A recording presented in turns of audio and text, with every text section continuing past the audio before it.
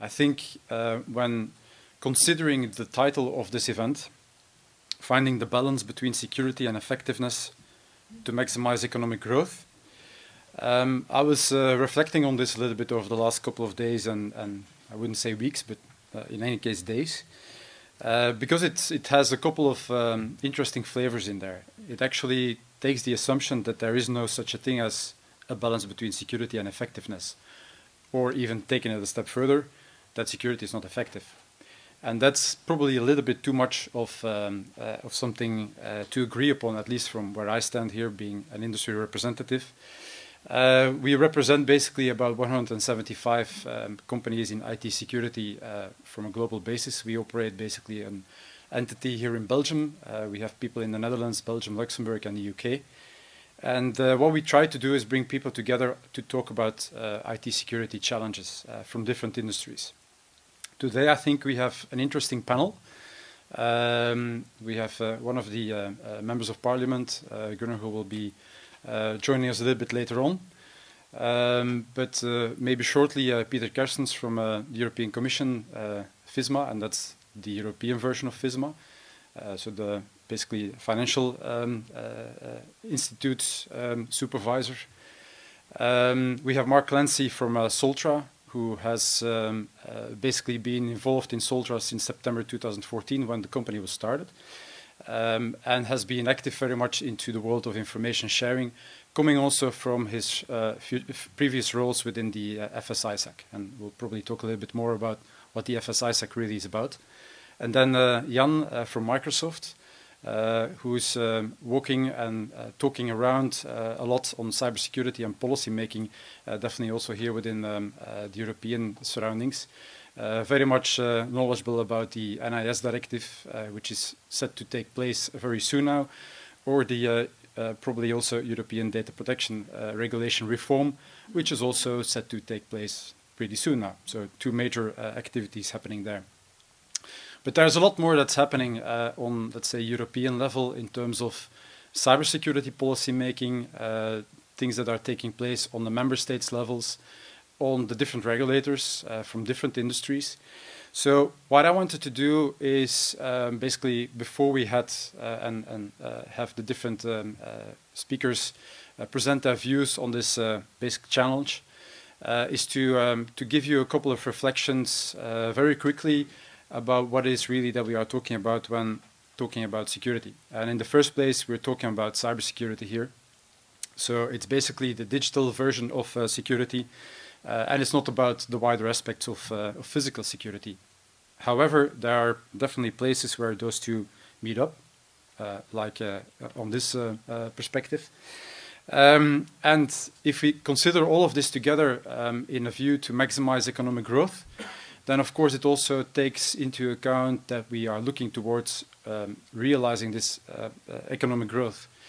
And one of the main topics, of course, of Commissioner Oettinger these days is to maximize the potential of the digital market, which is of course relating to this maximizing economic growth. But security has a far larger aspect and impact than just the digital markets, as have the physical markets a lot larger aspect on the digital security.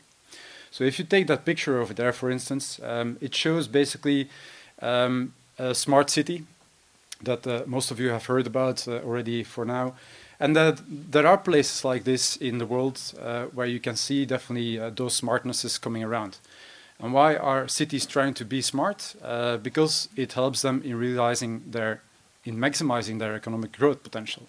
So they start to develop different types of applications, mainly actually security types of applications, monitoring devices, things to allow people or disallow people to get access to, so access control systems, and so much more. But they also install sensors, they install intelligent traffic light systems and so forth. So then you get something like this. You get a smarter city, which is becoming a very interesting environment for a hacker. And a hacker, as most of you know, those people you cannot really identify who they are. They are coming from different places, different surroundings. They could either be students, as could be professional Chinese hired specialized guns and people to try to basically do something against the normal activities of a city or a company or even a member state or even specifically a region like Europe. So what could you do in order to make sure that Europe doesn't realize its potential economic growth?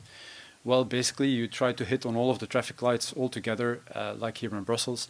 It's probably not going to have any effect here in Brussels because traffic is going to be blocked anyways. But still, in some other countries and places around the world, it might have an effect.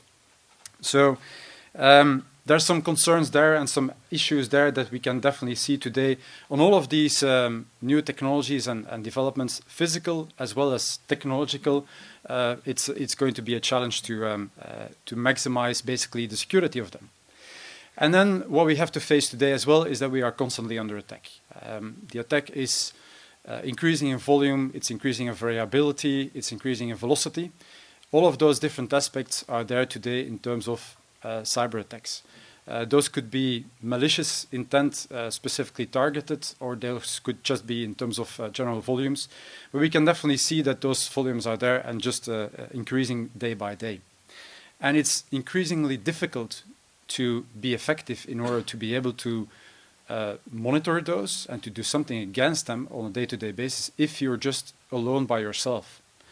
So there you see that there's going to be a need to be more effective in terms of using those security events and activities that are taking place and trying to be ahead of those malicious actors and try to prevent them. So I have a couple of those pictures where you can see on the different dates. Okay, was it September? Was it April? And it's constantly either from the US to Europe or from China to the US or from Europe to Africa. You can, if you take a look at, this is coming from one of our websites from botvrij.be, where we have this installed as a plugin. Basically, you can see those graphs all over the place. They're just indicating, for instance, denial of service attacks in this case. So it's just one of those different aspects happening in cyber world.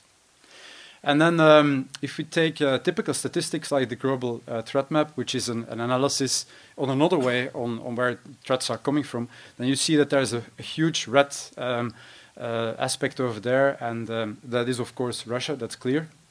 But there's also a couple of smaller red ones, and the smaller red one there is Luxembourg, and that's not really so surprising to many of us, because in many countries there's hosting providers which are basically allowing malicious actors to use their networks and their facilities to send out malicious activity, to host botnets and to send out spam.